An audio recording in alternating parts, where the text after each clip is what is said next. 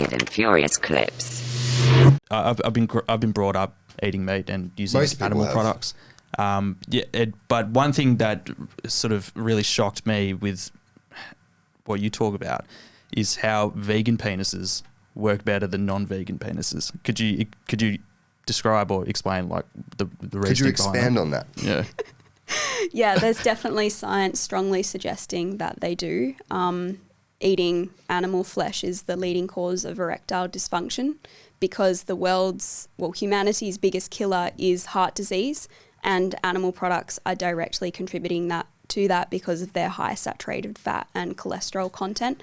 And one of the first signs of heart disease is erectile dysfunction. So eating a whole food plant-based diet is the only diet known to prevent and reverse disease, and there's significantly less saturated fat in plant-based foods and I believe no cholesterol at all. Well, so what would you say to the people who were like, vegans don't get enough protein because they don't eat enough meat? Do you feel like that's like a really large misconception that people sort of Definitely all these misconceptions are perpetuated by the meat, dairy and egg industries because they're particularly threatened and they don't want to lose consumerism. So that is a complete myth. In fact, plants are the only thing that synthesizes and creates protein. So the reason people are getting protein from animal flesh is because those animals are eating plants. Wow.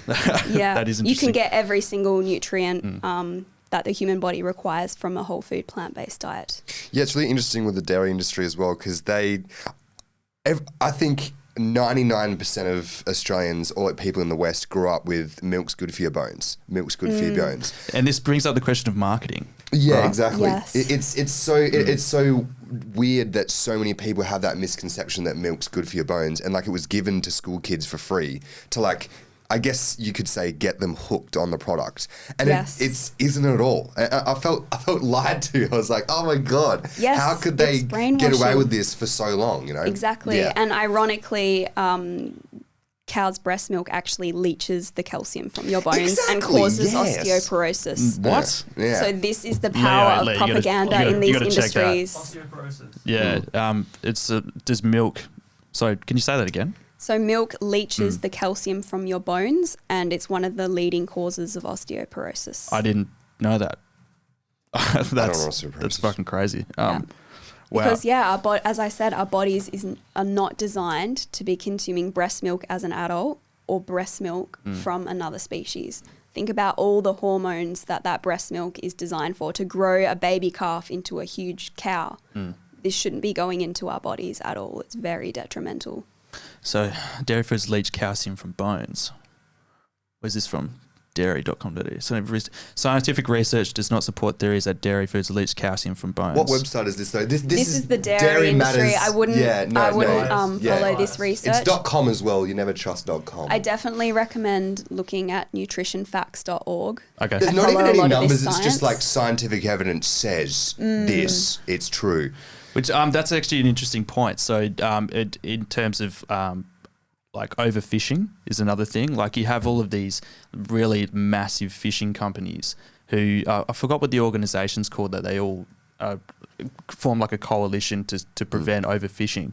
But they're all, the whole coalition is essentially funded by the fishing industry. So they say that they do sustainable fishing, but like the entire organisation by which that's judged on is made up of the same people who are judging themselves. Is this a complete... that doesn't make any sense. Just to touch more on the point of marketing that we're talking about. What's the vegan documentary with Arnold Schwarzenegger?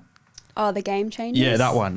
So there was a really interesting point he brings up is how the consumption of meat has been marketed particularly to men over the past 100 years. So it's like a really manly thing. It is, yeah. Just wondering if you could expand and touch on that and how much of an impact like marketing does have on the exploitation of animals. Yeah, it's obviously had a massive impact. I think this is propaganda at its finest, and it's conditioning and brainwashing society to believe that we need to eat animal products for our survival. When, as I mentioned earlier, it's actually the world's biggest killer. It's killing us. and we can, thrive and survive on a plant-based diet. And the whole thing about, it's manly and masculine to be eating the flesh of baby animals who were tortured to death. And I think, again, it's very ironic, and I don't think there's anything masculine about paying someone to slit the throat of an innocent being or taking the life of babies and raping their mothers. And I think if anything is masculine is protecting those species and actually living vegan. What about fish? Because omega-3 is really good for your mind. And, I love tuna. I eat a lot of tuna. Is fish off the table? Definitely. Fish are animals. They're sentient beings. Yeah. They feel pain. And science has suggested that they actually feel pain more so than we do. They're intelligent beings, and they actually get their omega-3s from algae, which we can take a supplement for, or eat seaweed and actually get the original source of omega-3s. So we don't need to be eating fish for our health or survival. In fact, fish have high levels of mercury due to, the Pollution environmental crisis in that old the ocean. Yep. I'm not sure if you've heard of the documentary Seaspiracy, but I highly recommend watching it. It is a huge eye-opener. Wasn't there a lot of a bit of controversy around that documentary though?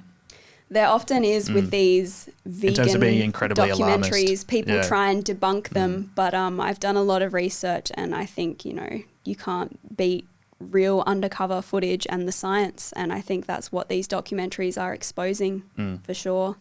Wow. Okay. An interesting question I've always had is because veganism sort of gets thrown into the very sort of left-wing progressive sort of political discussion. How does a vegan be for the rights of animals, but also sort of talk about being pro-choice for many things? So for many women, like the right to an abortion, the right to do what they want with their bodies. How does, for the people out there, because there are a lot of people like that, how do you conduct yourself as a vegan but also be pro-choice at the same time? Well, my focus is definitely on non-human animals. I try to stay out of that whole other form of things. I'm on my mission for the non-human animals, and obviously there are issues in our society today like that. I personally don't know what my stance is on abortion. Like, obviously it seems like a horrible thing, to have to do. But if someone has an unwanted pregnancy for whatever reason, they may have been raped or whatever, I think they should have the right to do what they want, as horrible as it seems. So, I'm just really unsure of my full stance on those sort of things, to be honest. That's probably a great answer. It's weird. It's kind of weird to have a stance, like believe in either way. It's a huge grey area. It's a huge grey area. Yeah. But then like taking a calf away from its mum, there isn't really. Even like some of the biggest carnivores on earth couldn't really justify that. There couldn't really be a grey area argument for that. You know. Thanks for tuning in to another Naked and Furious clip. Please remember to subscribe to stay up to date on all of our new podcasts.